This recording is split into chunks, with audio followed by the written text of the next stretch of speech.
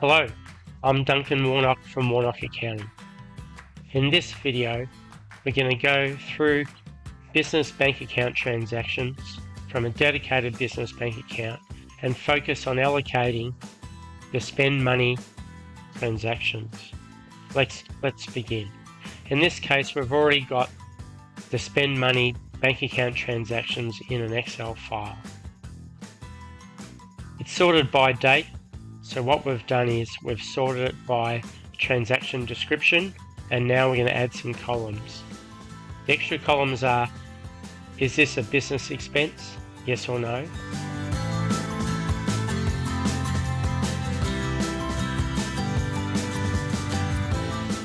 If it is a business expense, what is the percentage of business use? Is it 1% business, 50% business, 100% business?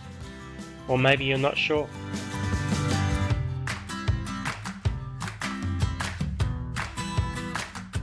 If it is a business expense, we want to categorize what type of business expense is it. Is it stationery? Is it bank fees? Am I unsure and therefore I'll categorize it as accountant advice required? We also then want to add up each transaction that is a business expense.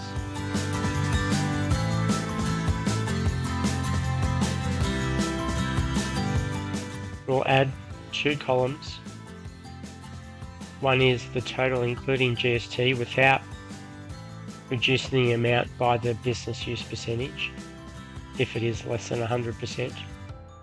And the other column is business use percentage times the total. So if it is 50% business use, the total will be halved.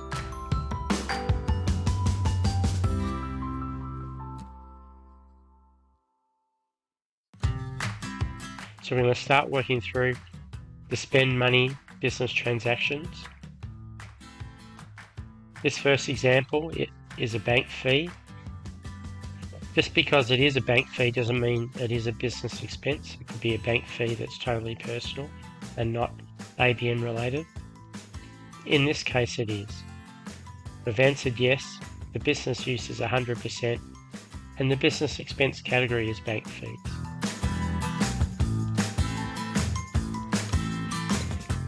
In this video, we're focusing on a business that is not GST registered. Working through the transactions when the business is not GST registered is simpler than when a business is GST registered. Even if we've been charged GST, if we are not business registered, we cannot claim the GST back. This is a common mistake. We're working through the transactions here. We've worked through the expense with ACE websites. That was a business expense, categorizing it as website expenses. We've also renewed our business name. We're going to categorize that under registrations and licenses. Remember that is not a car expense, it's just a generic sort of description for common sort of registration fees a business may pay for. We then had an insurance expense, but in this case that was a personal expense for our personal house. It was not business and therefore we don't want to claim it as a business expense. Got a few transactions here where super has been paid for an employee. We're not totally sure how to treat that. In this example, I'm pretending and I'm going to seek accountant expertise. One of the reasons I've done that is if you do have employees, you really should be using accounting software and not doing this exercise at all. Okay, we've got some other transactions here. For example, in this example, it's a sole trader business, one person business with employees. We have a stationery expense, so we've allocated that. We've also had some money that we've transferred from the business bank account as drawings for the business owner, so that is not a business expense in this case. We've also had some wage payments to our employee. Again, whilst we know they are net wage payments, we do not know from the bank data what the total wages expense is, as some tax was withheld from the wages payment, and we're going to flag that for accountant advice required and get accounting assistance with that, and most likely the accountant will say we really need to account for that using accounting software. We've had some other transactions as well. We've got some office rent. Always be careful of rent transactions. It can be easy to get confused between rent for your own house, which is private in most cases, as opposed to, say, renting out an office for the business.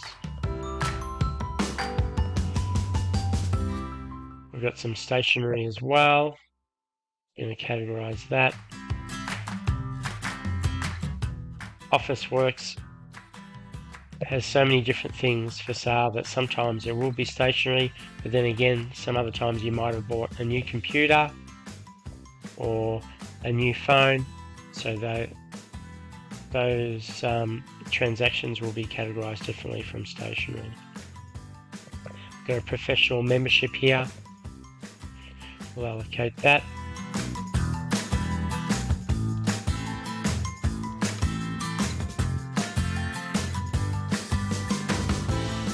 We've got some other transactions such as software. So the way we're working through the spend money transactions is that we're not GST registered as a business. We don't and can't claim GST back. We are working through the spend money transactions from the business bank account. As we're doing this, we should also ask ourselves, were there any other business expense transactions from another bank account in the tax year that we also need to account for? If there are, one approach is to simply append those extra transactions into the Excel file and highlight that they're not from the business bank account. We've now got some transactions where we've transferred money to an online saving account. This is not a business expense. We've also got an Uber travel expense. Just always be careful of Uber. Maybe you've accidentally used the business debit card for a private transaction. In that case, it's not claimable.